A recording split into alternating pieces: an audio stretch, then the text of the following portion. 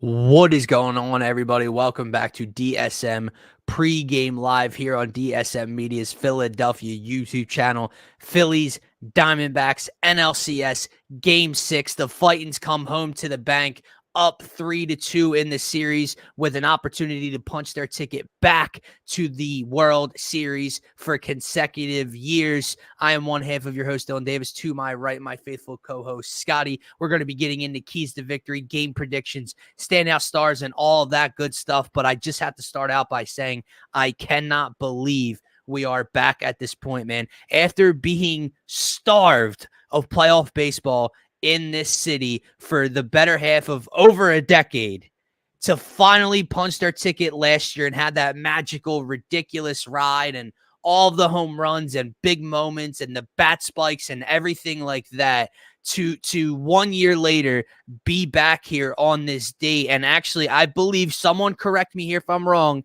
but I believe October 23rd is the anniversary of Bedlam at the Bank, Bryce Harper's home run against the San Diego Padres to punch their ticket to the World Series. We're back full circle, and what a magical time and ride we're about to be on again, Scotty. But what is going on, my man? Oh man, Victory Mondays never felt better. Obviously, we have the chance this evening to make it even better, right? With the Phillies punching their ticket to the World Series, hopefully later today. So, just trying to get through the workday, right? Get the content out, get everything lined up so that I can relax during the Phillies game as much as I can, right? Outside of the actual Phillies game, relax and watch this team hopefully make history. But yeah, man, I can't believe that we are here. We talked about it literally all summer, all spring, getting back to this point, and we're one step away from getting back to the World Series. Now, obviously, we'll get into the World Series if we get there, if and when we get there, and discuss how we can change kind of the recipe from last season. But it's incredible to get back to potentially get back to the World Series. The year after you went, man, it's unspeakable in almost any sport in reality to get back to the championship after you go the year before, especially losing. Like we've seen back-to-back, dynasties start in that fashion. You kind of build momentum by winning a championship. It makes you want to get back. But the Phillies to lose the way they lost to the Astros and then ultimately get through this season. It was grueling, 162 game season. Often nights don't feel like they're worth it to get up for, right? But you got to just kind of do your part to get back and get a chance to get back to the World Series. That's what they did. They turned it up a notch in the postseason, and here we are, man.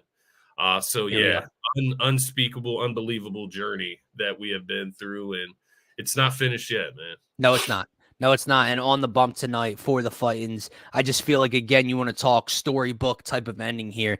Mr. Aaron Nola is going to be a major focal point of this pregame show and of this preview, man. He's on the bump for the Phillies while Merrill Kelly gets to start back in Philadelphia for the Diamondbacks. But Aaron Nola, man, obviously bet on himself this offseason. Didn't take the contract that Dave Dombrowski laid out there for him, said, I'm worth more. Had a pretty disastrous regular season. Roller coaster ride, lot of downs, some ups. But my man is absolutely dealing this postseason through 3 starts. He has a sub-1 ERA with 19 punch-outs in the 2023 playoffs, and he is on the mound for the Phillies for a chance to punch their ticket, man. One of the longest tenured Phillies still on the roster. Again, it just feels storybook. But let me ask you this. Obviously, I think we'd both be in agreement. I think we'd both kind of be a little crazy to sit here and say that the Diamondbacks would have the pitching advantage in this matchup. But with that said, what are you expecting out of Aaron Nola tonight with kind of, I don't want to call it pressure and all the weight of the world on his shoulders, but what's at stake here. What are you expecting out of him tonight? Yeah, I'm expecting a gem, man. We talked about it earlier on the Faithful Fanatic, obviously celebrating the win from Saturday. I'm looking at Nola tonight. I said that Wheeler would probably be my NLCS MVP. coming into this game. I think if Nola can come out and have a night tonight, punch our ticket to the World Series, Yeah. I think he could have a bid in that running for NLCS MVP along with Schwartz and Wheeler. And I think that speaks to just how well Nola has played, not only in his first start in this series, but throughout the postseason, man.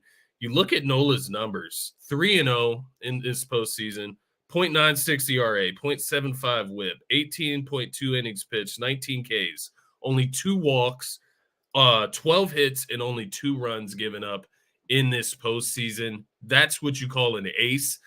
That's what we know that Nola can give you. We know at Nola's highest potential, his highest ceiling, he is a top ace in this league. He just doesn't always show it in the regular season, those grueling regular seasons that we talk about. So I want to continue to see him look like the ace that we know Nola can be and continue earning that contract, man. And you look on the opposite side when you're looking at this pitching matchup, you're looking at Merrill Kelly. That's food for the taking, man. We've already crushed him and eaten him alive in this series. So obviously he can go and make adjustments, watch the tape, but so can the Phillies. They can come out and reattack this in a similar fashion. So you look at Kelly in game 2, gave up 4 runs in that 10-0 loss, 3 walks, 3 home runs. So obviously shook in CBP. Well, guess where you're back at? You're back in CBP, you're back in Philadelphia, and you got to go against not only the Fightins, not only Nola, but you got to go against this crowd as well. Right. Against 46,000 screaming. Yeah. I'm going to give the nod to Aaron Nola in this pitching matchup and say my man's going to come out and give us what we want. Yeah. No, I think it's an absolutely huge historic type of night for Aaron Nola, because regardless, I think, of what would happen in the World Series, unless the wheels completely fall off, like I'm talking like brutal 5 runs in 2 innings type of stuff in every one of his appearances, Aaron Nola has earned himself a payday, and hopefully back here in Philadelphia, that is the point I've reached. And I think for Knowles to be successful again tonight, he just has to be able to execute with command early, right? And what I mean by that is, so far through 3 starts this postseason, his breaking stuff, his off-speed stuff has been so wicked. It has so much movement. Everything looks like it's on the table. It's on the table. It's on the table. Oh, it's dropping off the table, and the hitters can't get to it. The fastball, it's only 93. It's only 92. It's only 94, but it feels so much quicker and so much harder when the breaking stuff is there. That fastball rises a little bit, that 2-seam fastball for him. So when you're Aaron Nola and that changeup is working, that cutter, that curveball, when that's all working in the bottom third of the strike zone and it's falling off and you're getting swings and misses, that 92, 93 mile an hour fastball starts to feel like 96, 97 to hitters up in the strike zone. And that's where I think he needs to be affected tonight. The other side of things with Merrill Kelly, man, you mentioned it. He made 3 mistakes against the Phillies. They were all hit out for 3 solo home runs tonight. And I think the funny part about him, right, is he's the one that made the comments about the fans in the Venezuela game and the crowd noise, etc. And yeah, they were getting on him, man, but I feel like he almost got away a little unscathed, a little easy. We clipped him, but nothing too severe. You're bringing back what is a potential celebration type of night for this city and this ballpark. Just good luck is what I'll say. This good luck is what I'll say to Merrill Kelly tonight. And with that gets me into the lineup, Scotty, because we are in luck. The Phillies lineup card is posted, and it's the same as usual. It's the same that Rob Thompson has deployed all postseason long. Schwarber, Turner, Harper, Bohm, Stott, Realmuto, Castellanos, Marsh, and Rojas rounding out that order. Obviously, we've had the conversations of, do you move Bohm struggling behind Harper? He's lacking that protection for Bryce. Do you move Costi up? Costi's starting to struggle. What do you do with Stott, etc.? But I do have to tip my cap to Rob Thompson here, because for all of the conversation, I myself have even said 2 nights ago that I would have to pull the trigger on moving Bohm at that point. He didn't. The Phillies come away with a win. And when you're up 3-2 in the NLCS for a chance to go to the World Series, I'm not changing my starting lineup, especially in this ballpark. To me, what I'm looking for in this lineup, Scotty, and we'll get into keys to victory here in a second, But one thing this team doesn't tend to do here in the postseason is miss mistakes. We saw them miss mistakes in Arizona, right? Bigger ballpark, right? Different atmosphere. Yeah, we travel well as a fan base, but it's nothing like Citizens Bank Park, obviously, right?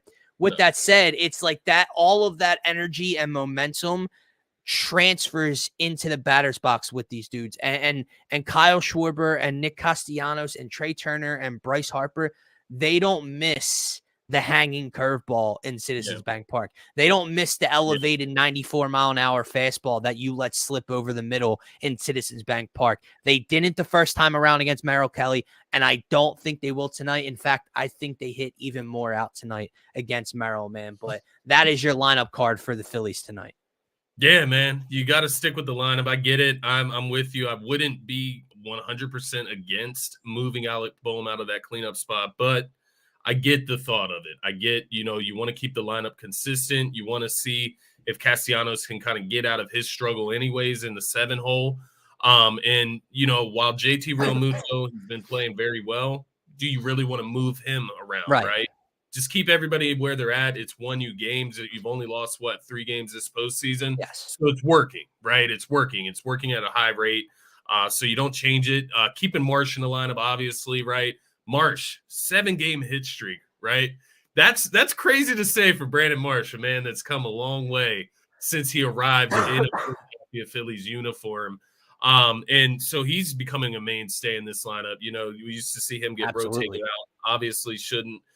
Rojas, man, bottom of the lineup, 2-game hit streak. I'm not jumping the gun or anything. I'm not laying Rojas for a hit tonight, but any production from the plate you get from Rojas, an extreme plus.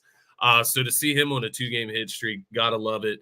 I think you keep the lineup the way it is. I think the top of our lineup is going to reward us as always tonight. And man, I'm even more excited now just to see the lineup. You know what the lineup's probably going to be given Topper, but to see the lineup, to confirm it, close, man. It's almost time. Yeah, no, you're right, man. With that said, let's get into our keys to victory for tonight. And I think that a lot of people would tend to agree with them. And we're going to start with key number 1, and that's on the mound. We've already talked about this pitching matchup. We're going to continue it here with Aaron Nola. Aaron Nola to continue his streak tonight on with a chance to get back to the World Series is where I have to start our keys to victory. And within his performance, like I said, getting through the first 3 innings tonight is important for Noel. First 4 innings tonight is important for Noel because you're going to know what you're getting from him from that point on. I don't think at any point, if he's cruising just in the 5th inning, the middle of the Diamondbacks order is going to start to eat him up in Citizens Bank Park. No, I think the fear is that, fatigue starts to play a factor and the breaking stuff isn't in play early in the game. And he's walking a couple guys, which I don't believe he has a single walk all postseason long. Maybe 1. But with that said, I'm looking for Aaron Nola to continue his dominance tonight, earn that contract, and let's punch our ticket on the back of our opening day starter for the last, however many years, man. And Knowles definitely starts our keys to victory with being dominant tonight. Yeah, no, 100% agree there. Nola, go out, earn that contract tonight, because I can promise you this: if you continue to pitch at this rate throughout the rest of this postseason and through the World Series, right, the 7-game series in the World Series, if you can continue to pitch at this rate and at this efficiency and have this command for the postseason, man, you're going to get the contract of a lifetime. Not only that, but we're going to win an MLB championship. We are going to be World Series champions if Aaron Nola continues to pitch like the way he is. And so to that point, while there's pressure in a closeout game, game 6, right, it's all in your hands, there's also about as much – you probably have a least amount of pressure that you probably could have in this situation, being at home, playing the way that you have played in this series and throughout the postseason, and then also who you're playing against as well. I would say there's probably about as least amount of pressure that you could have in a high-stakes moment like this in a game 6 where you can close out a team at home. So that being said, Nola, just come out and be yourself, man. Throw it like you've been throwing it, pitch like you've been pitching, and I think the Phillies are going to be in good shape. The next key to victory that I would put out here, man, feed this crowd. Feed this crowd however you can feed them tonight. And obviously, the biggest thing being a win. But in order to get that win, we're going to have to score runs. Score them by any means necessary. If you need to manufacture runs, that's fine. But cue up the long ball and feed this crowd tonight. I think it's time, man. It was frustrating playing in Arizona. Not every, hit that you're used to seeing go out of the park was going out of the park there. It's frustrating. So let's let some of that frustration out tonight back home at CBP. Get this crowd going. You don't have to do much, I promise you. But you start cranking home runs, this place it's going to be bedlam at the bank for real. Series will be over. And so to that point, score by any means, of course. Any way you can get the W, take it.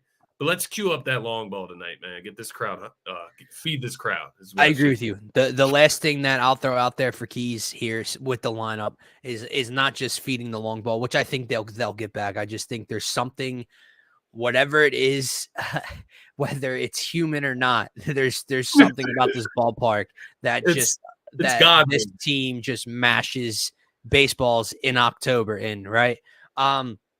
Well, with that said, on the Faithful Fanatic show this morning, you and I talked about Game 5 and how this offense came out and set the tone immediately, scored 2 runs in the first inning. Obviously, Bryson Stott had a big RBI single. Kyle Schwarber had a leadoff single. But then what did they do, right? First and third, Harper on third, and they dial up a double steal. Harper steals home, puts the pressure on the Diamondbacks defense. Yes, if he holds on to the ball, yes, if it's a better throw, Harper's out. But guess what? You make them make that play. Yeah. You make them execute. They couldn't. The Phillies go up 2-0. I'm looking for this Phillies team to be aggressive tonight, man. On the base paths, in the batter's box, and jump on those mistakes to, like you said, feed the long ball, which then in turn feeds 46,000 screaming MFers tonight. And this Phillies lineup will continue to mash tonight. I firmly believe that. The weather, I mean, I think we're looking, it was,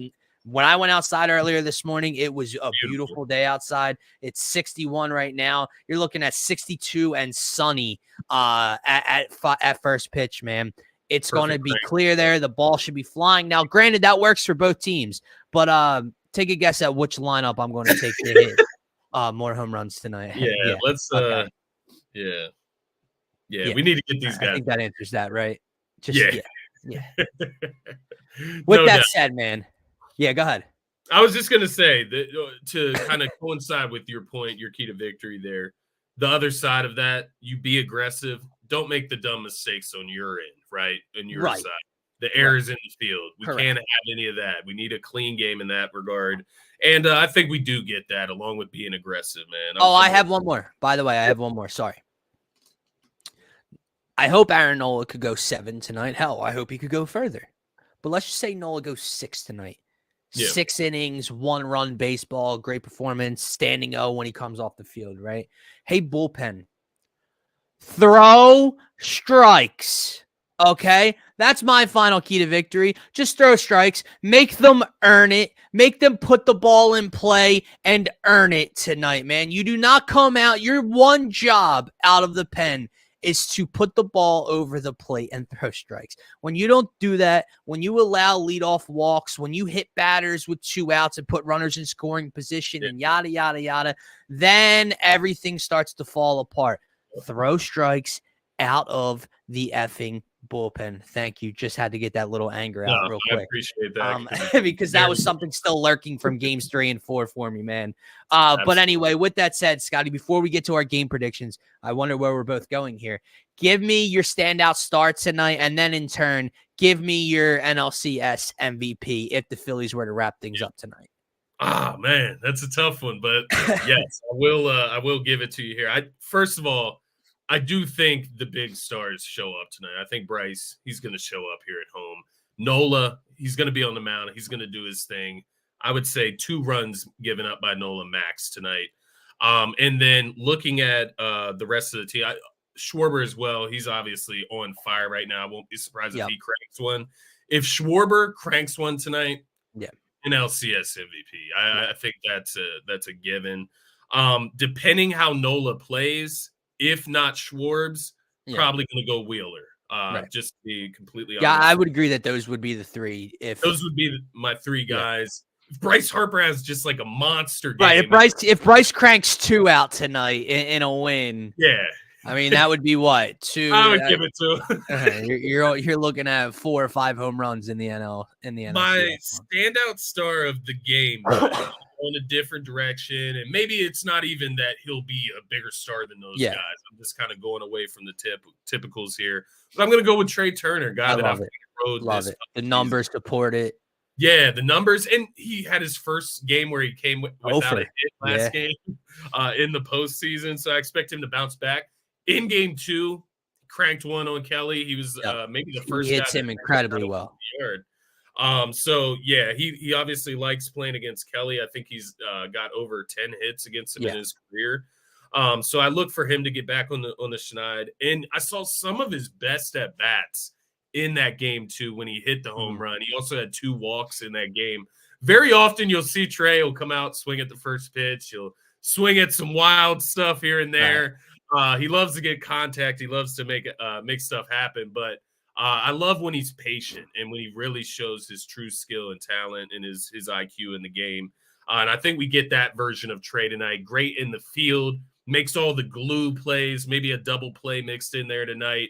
And just pure contact, get in on base, making things happen from there. Obviously, he could steal bases, different things like that. But he's just been the ultimate glue guy, man. And want to just kind of give him credit and hope that he can continue that tonight and kind of get back on track there, man. I love the pick, man. The numbers would back it. The fact that he's coming off an 0-for-4 game in game 5, even with the Phillies, when you know he's going to be looking to get back in positive fashion, right? And what he did against Merrill Kelly in the first at bat. What's that? The ump in the last game. Yeah, man. Well, the ump was almost perfect, except that call was just so blatantly bad, and Trey had legitimate beef. If it's the regular season, he probably gets tossed, but thank God that the ump had enough kind of constraint to say, you know what, dude, just go sit down, even though the ump's wrong. Like that's the funniest, but like it was a legitimate complaint, right? And argument. So love the fire there from Trey.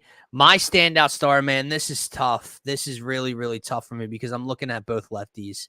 And I'm kind of like, on one hand, it's the man. It's my favorite athlete in the city. He's built for the moment. It's the 1-year anniversary from the pick. But I just have a feeling that Kyle Schwarber takes home the NLCS MVP trophy. Man. I for some reason I think he cranks one out in this ball game tonight. And if he does that, if he sets the tone kind of with a big home run, or maybe hits a 3-run home run in the 6th or 7th inning or something like that, I think he's walking on that stage for that trophy tonight, man. And the celebration will begin with Schwarber. And I think that would be really cool because last year Bryce got it, right? And I mean, obviously, well deserved. It was an historic run, historic series for him. The moment in that game, he deserved it. But at the end of the day, like that's your best player. So it's kind of like duh. To have Bryce still being Bryce, but someone else raise that hardware because of how great they've been, and have 2 pitchers potentially have an argument as well. Now you're like, wow, you had like 4 or 5 dudes that had a legitimate argument to win this trophy tonight. And I think that's what I'm looking for. But I'm going to go with Kyle Schwarber to get that job done tonight, man. Man, it's crazy you bring up that point about who would you really want to win the NLCS MVP? Like, who do you want to be able to deserve it? And I feel like Kyle Schwarber is a name that I just love. I love the sound of him getting it because you talk about like this long season that we saw play out. Yeah. How many complaints about him being in the leadoff spot have we heard all season? Listen to me right now. Something that gets incredibly slept on and overlooked. It's Bryce Harper's team. He's the MVP. He is the man, right? Yeah. Kyle Schwarber changed the culture of that locker room the second he inked the deal with the Philadelphia Phillies last offseason. There is a reason that this man, with all of that playoff experience and the World Series trophies and the big home runs and big time games everywhere he's been, comes here and immediately turns this team, hopefully, knock on wood, into back-to-back World Series appearances. Kyle Schwarber is the glue in that locker room. He's the leader. He's everything to this team. And by the way, he just hits 50-plus home runs each year. So I would say, to your point, what I would say about those two guys, Bryce Harper leads by example. Kyle Schwarber leads in every facet of the game. Like, you see him talking to Marsh before Marsh is at bat, then guess what? Marsh goes out and gets a hit. And I think Bryce has grown. I think Bryce has, over the last couple of years since he's been here, maturity level, I think Bryce has grown off the field. I think he's much more vocal than he used to be when he was younger and everything like that. But he's definitely still the lead by example guy. It's not a diss to Bryce. It's just no. Upper echelon of leadership and vibes. Like that's just the truth. Bryce Harper is right there with him as well. I guess the argument we're presenting is that it's both their team in a sense. Like, they have led this team here together. 1,000% agree, man. Man, yeah, I'm excited. I got chills, honestly. With that said, Kyle Schwarber, man, we're doing some historical shit here. Here they are. Are the Phillies getting back to the World Series tonight, Scotty? Absolutely. Yes. Yes, they are. Drama. They are getting back to the World Series. They're winning this game tonight. And they're going to do it in a fashion in which the fans are truly going to enjoy it. I got the Phillies winning tonight 8-3. And it's going to be nice. I think we're going to see 3 to 4 home runs tonight, whether they're multi-run home runs. We'll see how that plays out. But I like 8-3. 7+ runs for the Phillies tonight. I want some explosion. That's what I want. I like that you said that. I like that you said that, man, because I had the Diamondbacks at 3 as well. I think that they kind of shot their load in game 4 with the runs and the comeback and everything like that. This lineup struggled all regular season. Like, they got hot in the postseason and they beat up on the Dodgers pitching, and they were able to hit a decent amount of home runs in that series. But I think it got lost on people. Like, this offense was not good in the regular season. They did not score runs and yada, yada, yada. Well, I don't think that they're coming out tonight at the bank against this guy in Aaron Nola and putting up 5+ runs on the board. 4, I would say, is max, but I like them at 3. And I have the Phillies at 7. I have 7-3. Phillies win tonight. Obviously, every pitch, every inning, we're going to be sitting on the edge of our seats. It's going to be stressful regardless, but hopefully it's not 7-6 stressful. Hopefully it's 7-3 type of stressful, right? Three runs for the Diamondbacks is me saying that they're gonna leave it all out there on the field tonight. Like, that's where I'm at. Like, once again, knock on wood, man. I'm not trying to get vibes from last weekend. Definitely not. If you're them, made this team, but come on. If you're a Diamondbacks fan, if you're in that organization, right?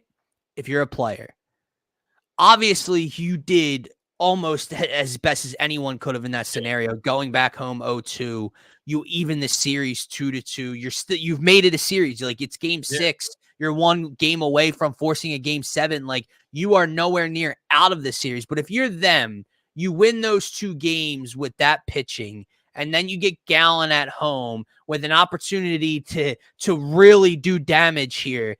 And you kind of get beat up like the way that 6-1, like you got beat up on Saturday night, man, with your ace at home, who's been so great at home this year.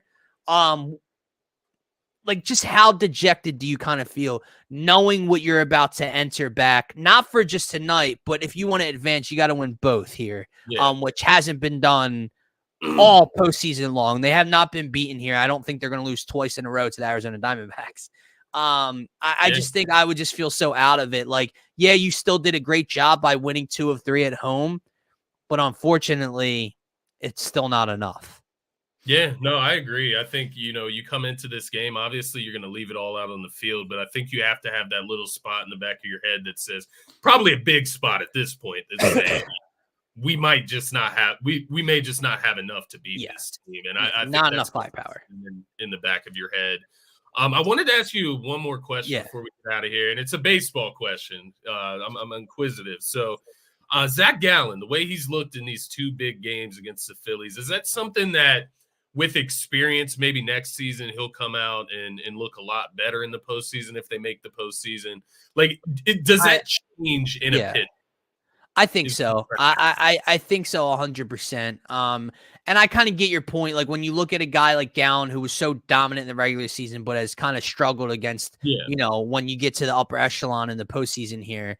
But then you look at Nola, who struggled in the regular season, but what he's been able to do, how do you kind of rank that in comparison?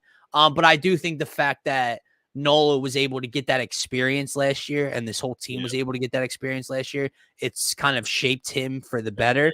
Same thing with Gallen. This team's not supposed to be here, man. They are ahead of their time right now. Their lineup is incredibly young. Everybody's young. Corbin Carroll's a rookie. Gabby Moreno, young. Christian Walker, they're all young.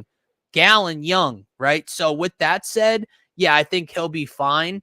And we'll see what Arizona can look like moving forward. However, their journey, their road ends tonight. The Philadelphia Phillies will punch their ticket to the 2023 World Series tonight at the bank. And I can't wait to see the scenes there, man. Get me to 5 p.m. And let's just have a night, guys. For myself, for Scotty, if you want to celebrate with us, we'll be live throughout this week, obviously gearing up for the Sixers and Eagles moving forward in the year, but getting ready for this World Series run, hopefully. Make sure to subscribe to this YouTube channel. Turn on notifications for whenever we go live or post a video, whatever you got to do, but we greatly appreciate each and every one of you for being interactive here with us. Have a great rest of your night and go.